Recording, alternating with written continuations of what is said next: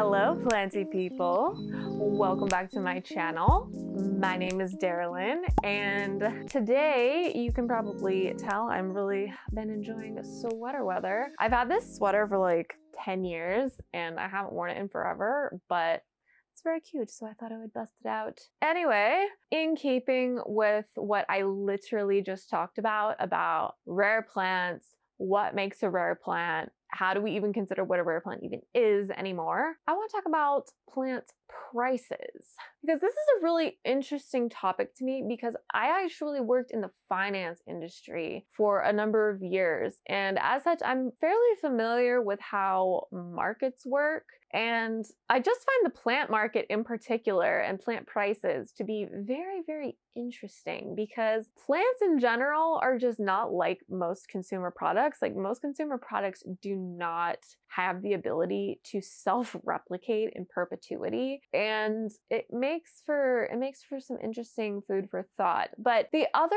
thing too that I've been thinking about recently is that there seems to be this attitude, specifically amongst some plant people in specifically the United States where I live, that plants grow out of the ground and as such should be accessible and available to everyone, and that if you're trying to make money off of plants, you are, somehow like morally corrupted in some way or another. I don't know. This is like not an attitude that everybody by any means or anyone specific has espoused that I remember off the top of my head, but I see this attitude fairly frequently. Price shaming is something that a lot of Facebook groups completely ban, and like you can get kicked out if you price shame. And there just seems to be this really interesting kind of like ideological tug of war between people who think that plants intrinsically are cheap and that people are profiting off of the hype, and then people who think, no, actually plants take a lot of effort to grow and cultivate, and some of them really are quite rare and in high demand and are actually in some cases more of a luxury good. And I just find this so interesting because this is not something that I think a lot of people who live in, kind of like first world countries think about very often, especially Americans in the United States. And I'm sure folks in Canada and Europe can kind of chime in this regard as well. But there's actually a lot of things, not just plants, that traditionally for hundreds of years were luxury goods that really only the elite had access to, that now are much more widely available because of globalization, supply chain efficiency, technology, what have you. I think it's really important to point out that if it wasn't for large-scale growing operations I want to put this delicately because I don't want to be disrespectful, because I don't necessarily agree with how the system is set up, just as an aside. But it's important to remember that if it wasn't for large-scale growing operations in third world countries or in emerging markets is a much more PC way to put it, I suppose. Thank you, finance industry for that one. If it wasn't for large-scale growing operations in emerging markets in places like Southeast Asia, South America, we wouldn't have access to plants for attainable prices as regular everyday consumers. We just would not, because the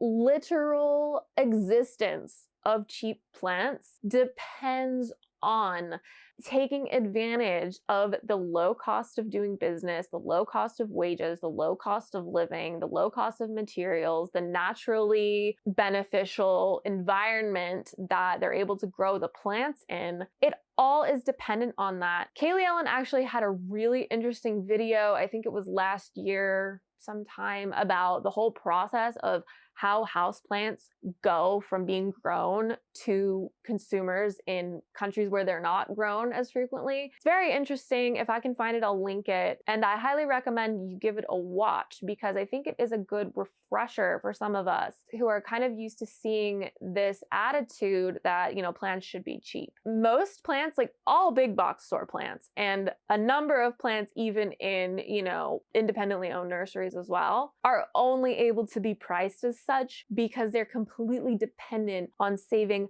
a ton of money by exploiting the cheap growing conditions in emerging markets. So just keep that in mind. Without that dynamic, cheap houseplants as a whole would not exist. It just wouldn't be possible. It's the reason why when you see a plant in, Home Depot or Lowe's, and it's a huge full pot of, Cebu blue or silver striped philodendron or Brazil or what have you, and it's $20. And then you see, a much smaller plant of the same type for sale at maybe like a local small plant shop or online or on Etsy, and it's $20 and it's like just a couple of strands. That's why, because they're able to save so much money on such a large scale growing these plants in locations where they don't have to pay people anywhere near what things cost over here stateside. So just keep that in mind, that while it is a very good thing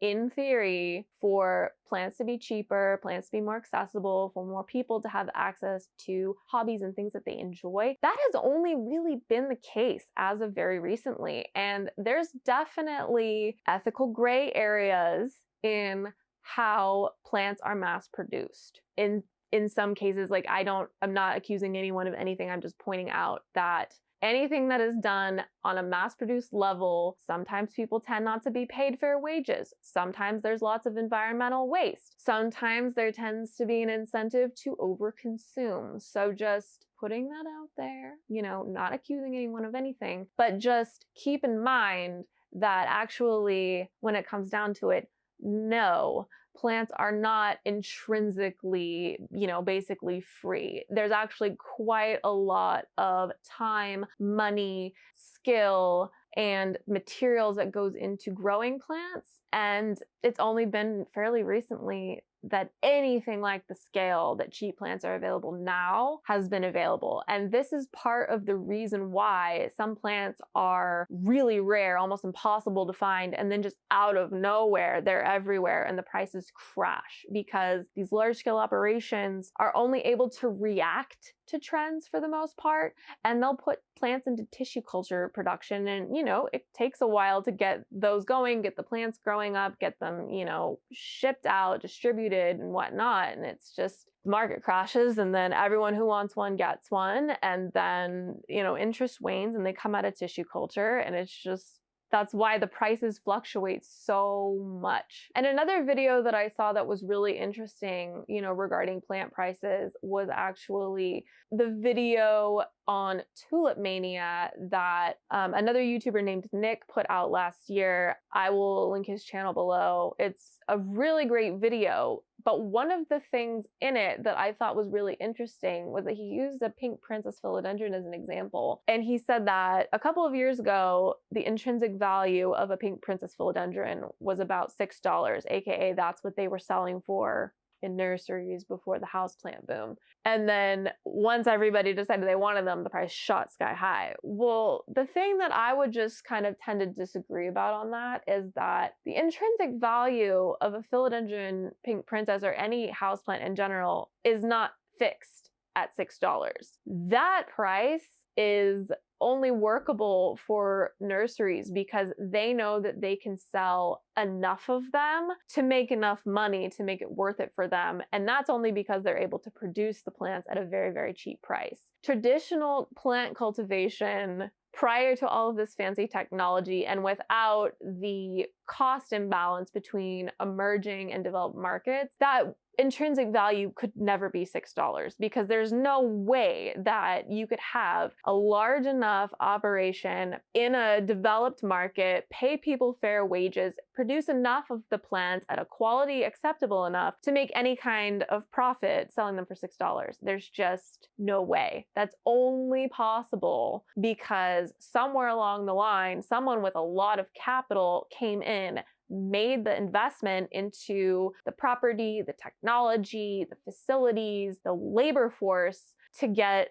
those products made. So just putting that out there as something to think about, because globalization really makes a lot of products available to everyday consumers that were really only available to elite wealthy people not too long ago. You know, the same reason that you're able to get a Hoya Crimson Queen at Lowe's for $15 is kind of the same reason why you're able to get fresh produce in the dead of winter in places like Canada, where they're not grown. So this is a good thing, especially when it comes to essentials, food, even hobbies that bring people joy. Just keep in mind that really, plants are a luxury good. They really are. It's a luxury to be able to have houseplants. It's a luxury to be able to have exotic plants, tropical plants from all over the world at our fingertips. Usually, I find that when the price on something is too good to be true, it is probably too good to be true in one way or another. I mean, if you're buying a plant that's impossibly giant and full and gorgeous for an impossible price, you're probably saving money on that growing operation being outsourced, and it just is what it is.